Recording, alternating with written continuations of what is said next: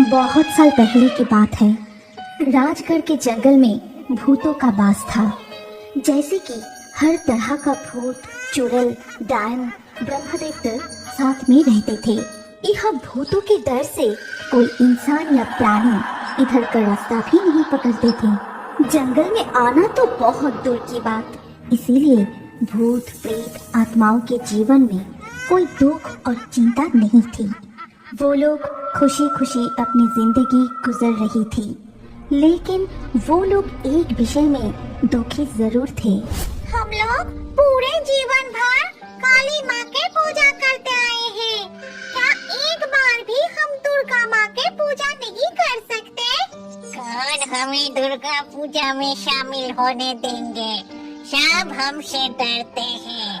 हम अगर कोई दुर्गा पूजा के आसपास भी जाएंगे, सब डर के मारे भाग जाएगा। नहीं तो किसी साधु संत को बुला के हमको भगा देगा। भगवान कभी भेदभाव नहीं करते।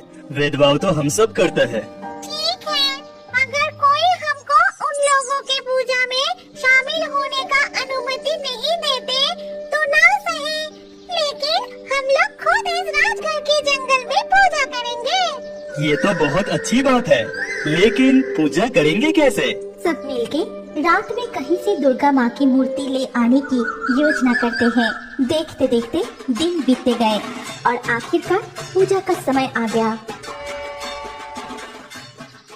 एक रात न जाने कहां से वो लोग दुर्गा मूर्ति लेके जंगल की तरफ आते हैं। तभी अचानक से तेज बारिश शुरू हो जाते हैं। उसके साथ तेज हवा भी चलने लगी। उन्होंने बड़ी मुश्किल से मूर्ति को बचाने के लिए एक पेड़ के नीचे रख दिए। हाय हाय, सब बर्बाद हो जाएगा। कल हम लोग कैसे पूजा करेंगे? फिर से सबके घर में दुर्गा माँ आएगी, सिर्फ हमारे जंगल छोड़ के। हम जरूर पूजा करेंगे। हम लोग माँ की मूर्ति को कुछ नहीं होने देंगे।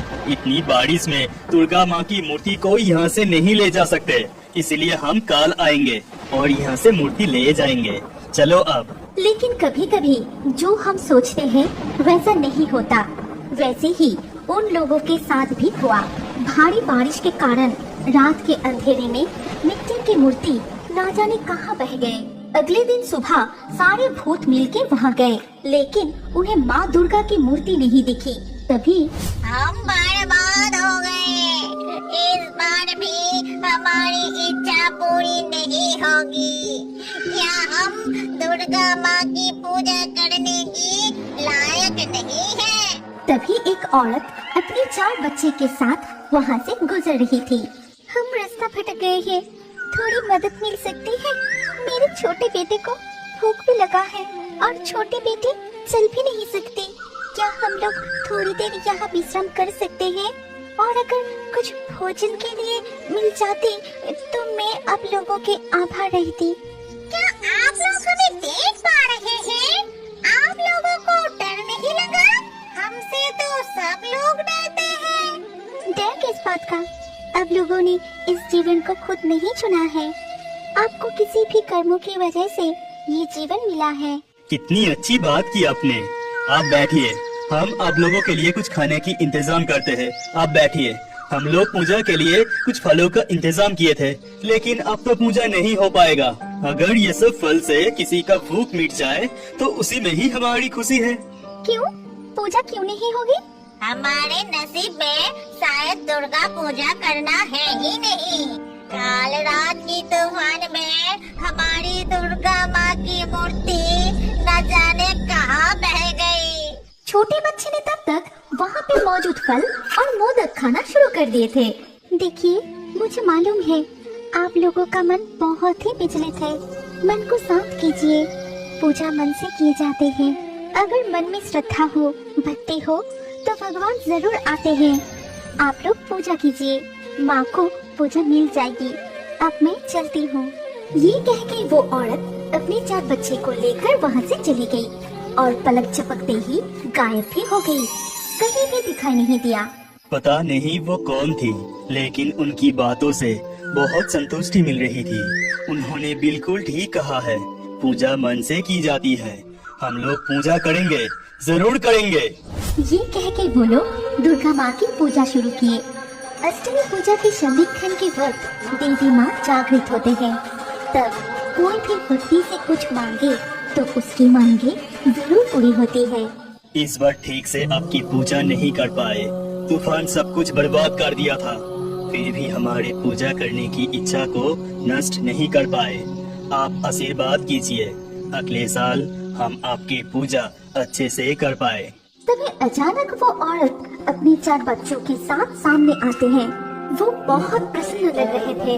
तभी अचानक सबको चौंका के वो औरत दुर्गा माँ और उनके बच्चे देवी लक्ष्मी, सरस्वती, कार्तिकेय और गणेश जी के रूप में आ जाते हैं।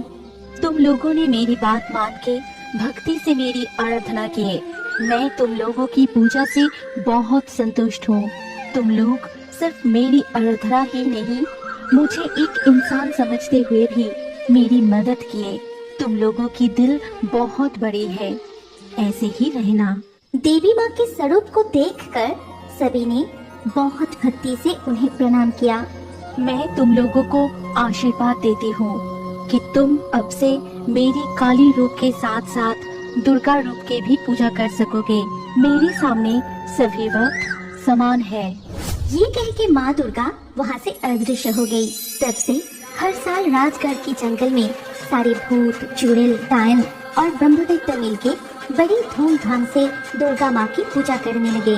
पूजा की आवाज आस पड़ोस के गांव तक जाती है, लेकिन अभी भी कोई इंसान राजगढ़ के जंगल जाके देखने की हिम्मत नहीं की।